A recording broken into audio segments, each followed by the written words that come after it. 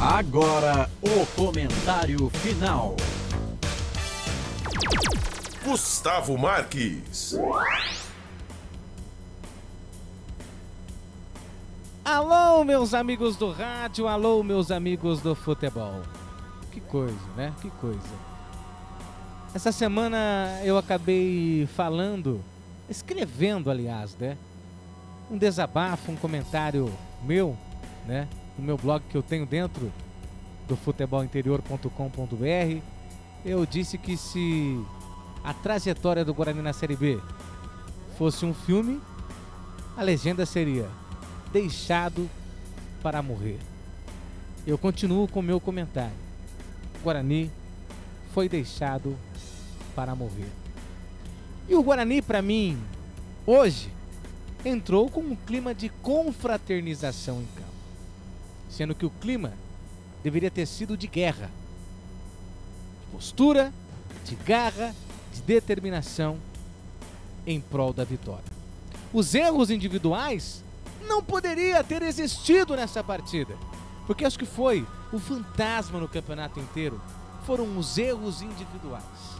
Mas, pois bem, todo jogo tem erro individual da zaga do Guarani. Goiás vai lá e conclui, para mim, na falha da zaga. O Guarani tenta uma, tenta duas, tenta três, tenta quatro, tenta cinco, tenta seis, tenta diversas vezes, mas não consegue a concretização, não consegue concluir, não consegue colocar para o fundo da rede. Ah, o Goiás mereceu a vitória? Olha, nem tanto, hein?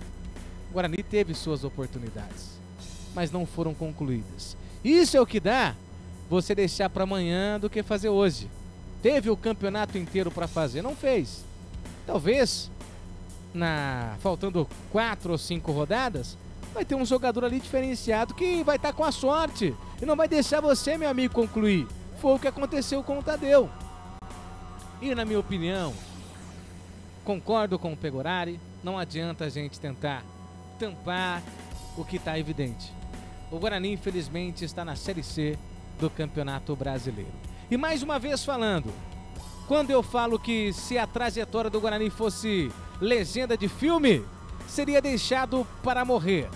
Porque no momento crucial, no momento importantíssimo, em que a equipe precisava de um punho forte, de força, de olhar olho no olho, de cobrança, para ter uma lucidez dentro de campo, como que você vai cobrar de um jogador que olha para trás, olha para um lado, olha para o outro, olha para frente e não vê saída? Olha para um lado, cadê o presidente? Não tá. O vice disse que não tinha capacidade para enfrentar ou para exercer a função naquele momento. Aí ficou com um cara que entende de finanças, que entende de empresas.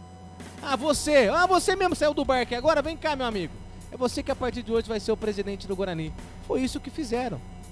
Foi isso que fizeram. O camarada saiu na balada, tá saindo o gordinho barrigo. Vem cá. Vem cá, você vai ser o novo presidente do Guarani.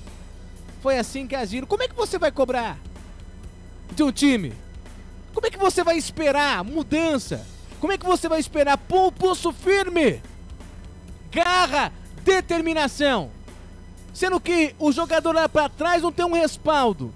Não tem alguém que possa olhar no olho do jogador, que possa impor respeito. Não tem. Não tem. O senhor Marconato abandonou o clube quando não poderia ter abandonado. E mais uma vez falando, campo bonito, estádio bonito, fachada bonita, luz de LED impactante que chega a brilhar os olhos quando você vê. Não vence jogo, não dá acesso a time nenhum e muito menos livra time do rebaixamento. Vocês têm que começar a conhecer um pouco mais de futebol.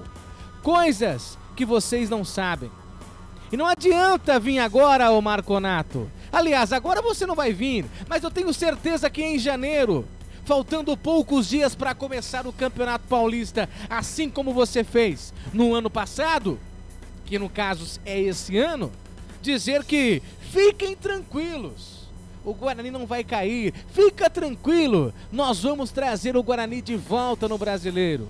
Não, nós não queremos isso.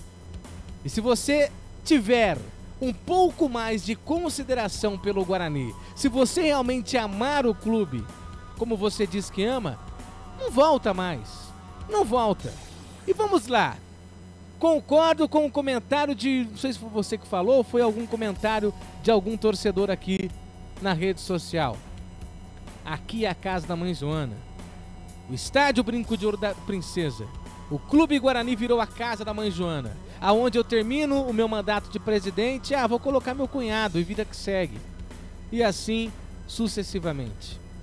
É isso que dá. Aquilo que começa errado, termina errado. E o Guarani hoje está na Série C do Campeonato Brasileiro. E vou dizer algo, um campeonato de nível técnico horroroso. Horroroso. O nível técnico dessa Série B é horrorosa. Se você me perguntar quem que é o artilheiro do campeonato, eu vou dizer pra você, é o Guarani. O Guarani tem um artilheiro do campeonato que é o Caio Dantas. Aí você me perguntar, mas o Guarani então tá lutando pra subir? O Guarani tá na metade da tabela? Não, o Guarani é o primeiro rebaixado. Com 31 pontos na lanterna desse campeonato brasileiro. Para você ver, amigo torcedor, o nível técnico dessa Série C do Campeonato Brasileiro. E vamos lá, para concluir o que eu tô falando, para de se rebaixar. Rebaixar tá rebaixado, mas eu falando verbalmente, para de se humilhar. O que resta agora é torcer para rival cair. Toma vergonha na cara. O Guarani não precisa de mesmice, não. O Guarani não precisa torcer para que a Ponte Preta venha cair, para livrar, para passar a mão no ego, para poder andar de cabeça erguida. Para mim, dane-se se a Ponte Preta vence, se a Ponte Preta perde, se a Ponte Preta vai para a Série C. O que importa é o Guarani. O Guarani é grande. Para de pensar. O que resta agora é torcer para a Ponte cair. Pare, gente. É pensar pequeno. É pensar pequeno. Para de se conformar com o mesmice, para de se humilhar, para de se rebaixar perante ao seu adversário.